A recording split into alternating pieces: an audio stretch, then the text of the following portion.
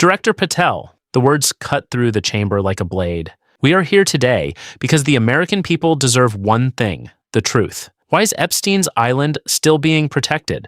What exactly is the Bureau still hiding? Because according to this year's court filings, people are still being threatened for trying to film that island. 7 years after Epstein's death, that question still didn't have an answer. Why does that island still need armed protection? And what exactly is the Bureau still hiding from the people who pay for it? Every eye in the hearing room had already locked onto the man sitting across the table. Director Patel adjusted his notes, slowly, deliberately, but the tightness in his jaw gave him away. The flicker of a man calculating exactly how much he could afford to say out loud. What had been billed as a routine oversight hearing was about to turn into something far more dangerous. It took less than 4 minutes for his composure to start cracking, because Senator Moskowitz had done his homework. He hadn't stopped at headlines. He'd gone into property deeds, incident reports, and court filings nobody in Washington wanted on the record. Why does a dead man's island still need this much protection? 3 weeks earlier, in a windowless office on Capitol Hill, Moskowitz had been buried in 200 pages of filings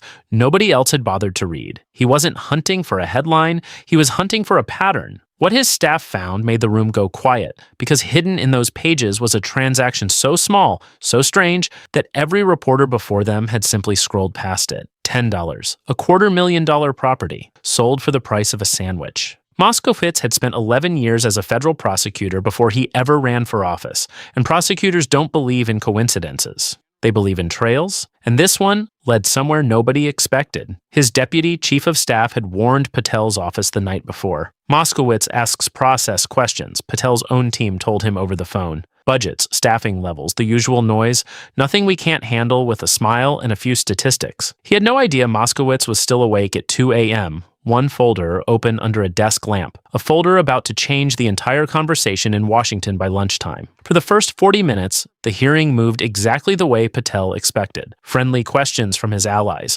predictable jabs from his critics. He answered with the smooth, rehearsed calm of a man who had done this 100 times. Then Senator Moskowitz leaned into his microphone, and the temperature in the room dropped. Director Patel, let's be specific. The American people deserve specificity today. He lifted a single sheet of paper. Earlier this year, 2 independent filmmakers approached Epstein's island by water, filming only what was visible from public waters.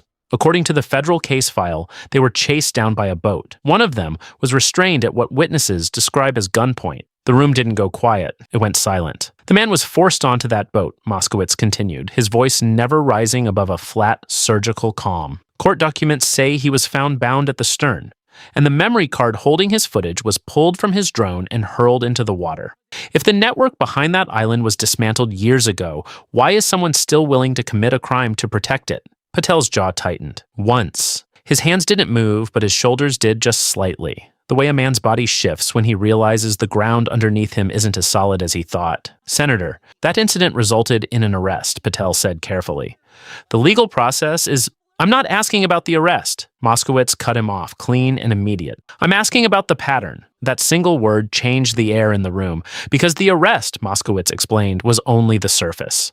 The woman running point on that island for nearly 2 decades wasn't some low-level employee. She had access to every corner of the property. She reportedly held the combination to a private safe. She lived there full-time, year after year. And according to records now sitting in the public file, Epstein himself had personally financed a home for her, a property worth roughly $300,000, down to the furniture. The paper trail showed him approving the closing, negotiating the price, even wiring money for new chairs and a dining table. 1 year later, that same home was sold. For $10. The buyer was a shell company incorporated only months before the sale, with no employees, no website, no history of doing anything at all. Director Patel, are you aware of this transfer? Moskowitz asked. A former island employee, a shell company with 0 operations. $10 for a $250,000 asset, all sitting in a public record office. Patel's response came slower this time. Senator, I would need to review the specific filing before... It's a public deed, Director. Moskowitz held up the printed page. I pulled it myself this morning. A ripple moved through the press section. Pens started moving faster. 2 staffers behind Patel exchanged a glance neither of them tried to hide. Somewhere in the back row, a retired agent who'd flown in just to watch this hearing leaned forward, elbows on his knees, like a man watching a verdict get read. Because the shell company wasn't even the most uncomfortable part. The person who signed as the official witness on that $10 sale, according to the same deed, had once held one of the highest ceremonial positions in that territory's government. The same individual now named repeatedly in active civil litigation connected to Epstein's network. Not a rumor, not a blog post.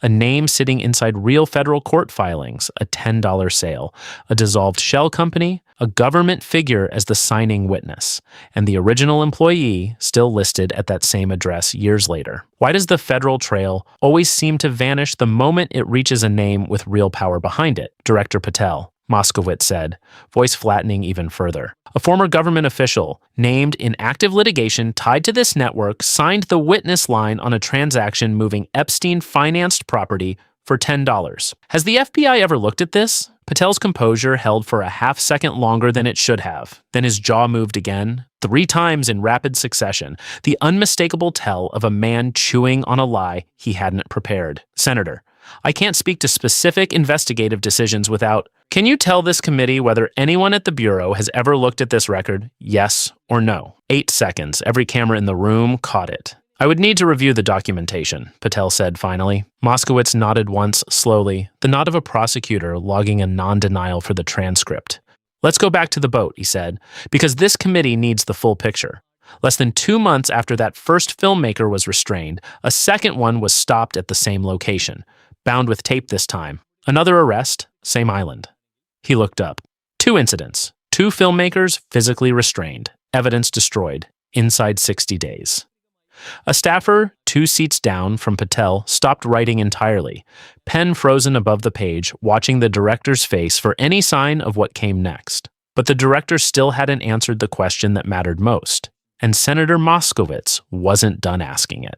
This isn't one rogue employee acting alone, Director Patel. This looks like a coordinated effort to protect that island, years after the man who built it is gone. Does the Bureau have any active assessment of why that property still behaves like it's guarding something? Patel's answer was a wall. Senator, any credible allegation of ongoing criminal conduct would be reviewed by the appropriate field office. Has it been reviewed? I can't speak to the specifics of any... Director, Moskowitz's voice dropped. Not louder, lower. The kind of quiet that fills a room faster than shouting ever could. I'm not asking you to compromise an investigation. I'm asking whether one exists. Because right now, we have a documented assault this year, a suspicious $10 transfer on Epstein-financed property, a former government official's signature on that transfer, and footage of that island still being physically destroyed before it can reach the public. His eyes didn't leave Patel's face. And I have constituents asking me why the Bureau seems to have closed the book on a place where people are still being tied up to protect what's inside it. The Bureau takes every credible report seriously, Patel said. Moskowitz let the silence stretch. 3 seconds. 4. The kind of silence that has weight you can feel in your chest, Director Patel. His tone softened, almost gentle now, the way a surgeon's hands go gentle right before the first cut. The entire foundation of the original case was that this island was the operational center of something far larger than one man. That isn't my framing, Director. That's the language prosecutors used. That's what survivors testified to. That's still active in ongoing civil litigation today. He set his papers flat on the table. So when I see, this year, that the island is still being aggressively guarded, that footage is still being destroyed, that former staff are still living there like they have something left to protect. He stopped. 3 full seconds. I have to ask the question every American watching this hearing is already asking. Was this investigation ever actually finished, or did it stop the moment it became inconvenient to keep going? Was the case truly closed, or did somebody simply decide it was safer to stop looking? The room didn't erupt into chaos. It did something quieter and more dangerous. It went electric. The specific charge that fills a chamber when someone finally says, under oath, exactly what everyone has been thinking. Patel's answer came slow, each word picked like a man crossing a minefield. Senator, I can assure this committee that every credible lead was pursued in accordance with the law. The investigation concluded based on what could be prosecuted. Moskowitz nodded. Then one last question. His voice barely rose above a whisper, and somehow that made it land harder. If the investigation was thorough, if every thread really was followed, if the operation that used that island as its base was truly shut down. The silence built. 4 seconds, 5. Why does that island still look like it's being guarded? No answer came. 9 seconds of dead air on camera, on the record, in front of the full committee.